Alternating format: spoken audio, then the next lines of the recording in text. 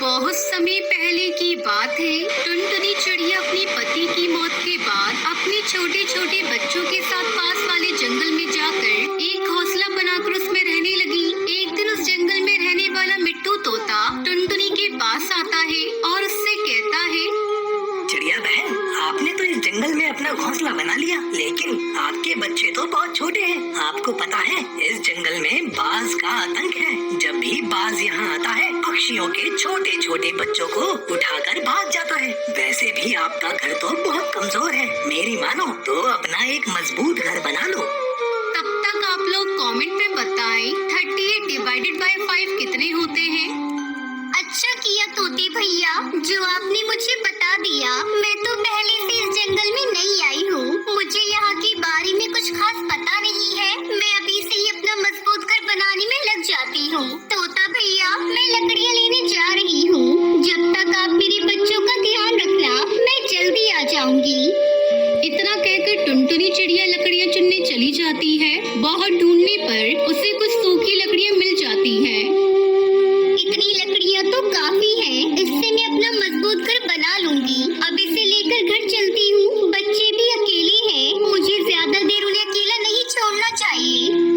जैसे ही टुनटुनी चिड़िया लकड़ियों को उठाने लगी, तभी दुष्ट कौवा वहाँ आ जाता है। ओए चिड़िया, रुक, ये लकड़ियाँ मेरी हैं, मैं इन्हें ले जाऊंगा। भैया कौन है? मैंने बड़ी मुश्किल से लकड़ियों को जमा किया है, इन्हें मैं आपको नहीं दे सकती।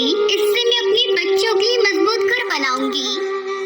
अच्छा, तो तू सीधी उंगली से नहीं समझेगी, मुझे अपनी उंगलियां टेढ़ी करनी पड़ेंगी। वे देख, मेरे पास रामपुरी चाकू है। अगर तूने अभी ये लकड़ियां मुझे नहीं दी, तो मैं इसी से तेरा पेट फाड़ डालूंगा। नहीं नहीं भैया, ऐसा मत करना। मेरे छोटे छोटे बच्चे हैं, ले जाओ ये लकड़ियाँ, मैं अपना दूसरा इंतजाम कर लूंगी। अब आई ना लाइन पर, बड़ी आई थी मुझे मना करने वाली। चल हट यहाँ से। कालू को वो सारी लकड़ियों को लेकर वहाँ से चला जाता है। टुनटुनी पास ही के एक पेड़ पर बैठ जाती है और रोने लगती है।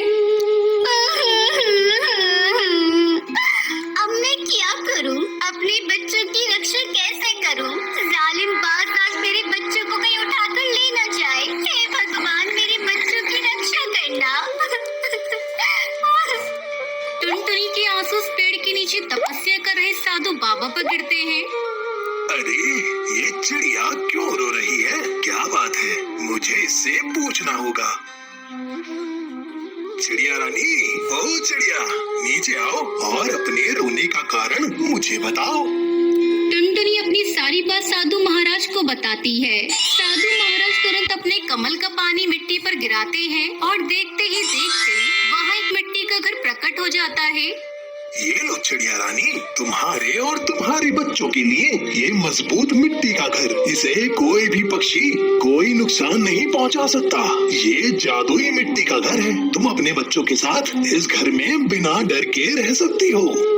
आपका बहुत बहुत शुक्रिया बाबा जी, मैं आपका ये एहसान कभी नहीं चुका पाऊंगी। आपने मेरी इतनी बड़ी मुसीबत को दूर कर दिया।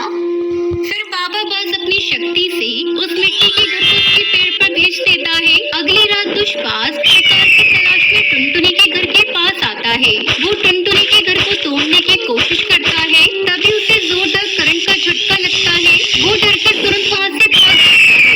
उस दिन के बाद से टुनटुनी चिड़िया उस मिट्टी के घर में खुशी खुशी अपने बच्चों के साथ रहने लगी। कई दिनों से जंगल में लगातार बारिश हो रही थी।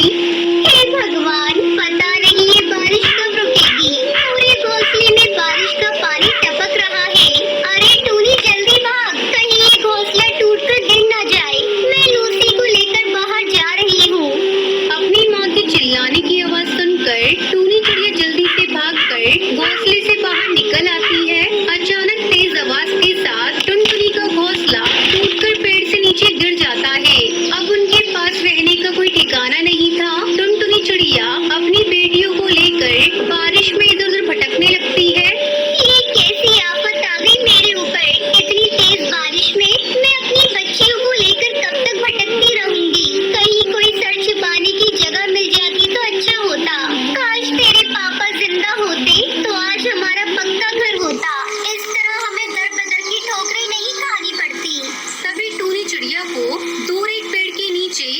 बहुत बड़ा गुलाब दिखाई देता है। माँ देखो, उस पेड़ के नीचे एक बहुत बड़ा गुलाब पड़ा हुआ है। चलो चलकर उस गुलाब में छुप जाते हैं।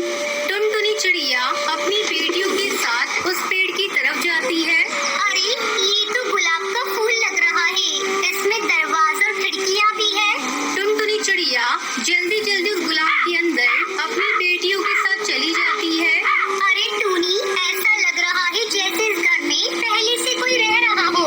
कोई बात नहीं माँ, चाहे इस घर में कोई भी रहे, अब इस घर को छोड़कर हम लोग कहीं नहीं जाएंगे।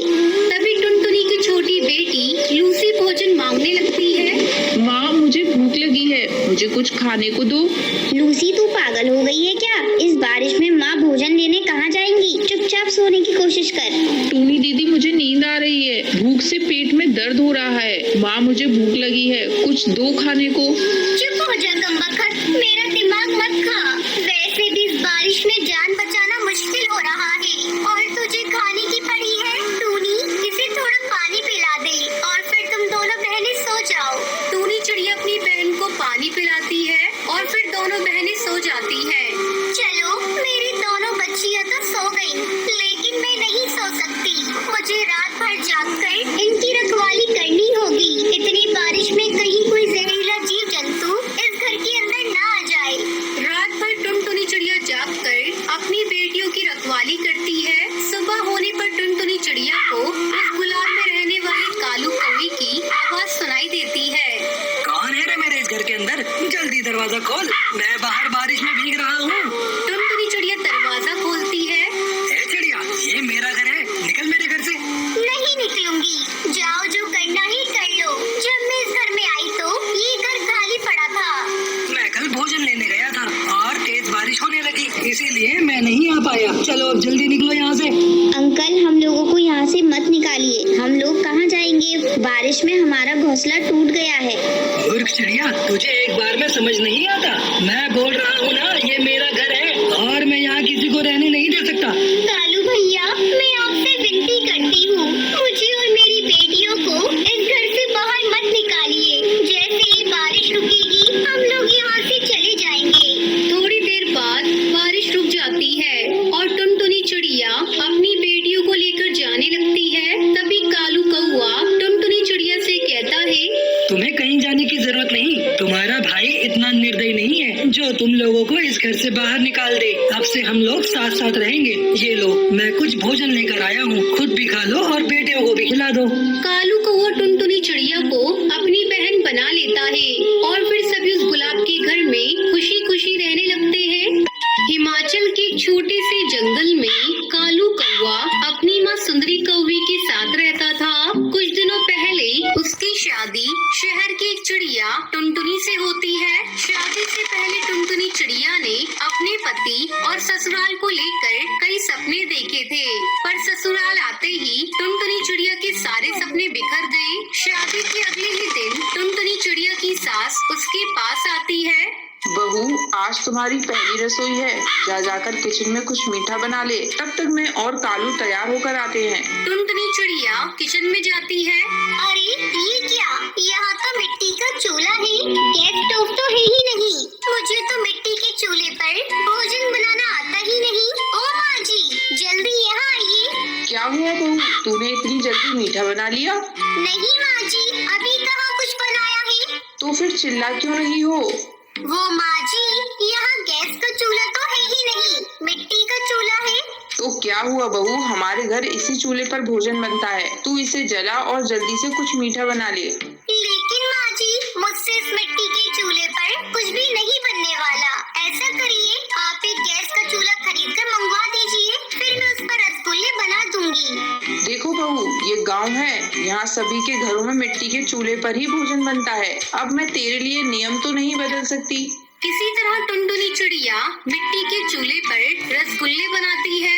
ये लीजिए माँ जी, मैंने रसगुल्ले बना लिए, खाकर बताइए ये कैसे बने हैं, फिर मैं कालू जी को भी देकर आऊँ। सुंदरी कौवी रसगुल्ले को खाने लगती है।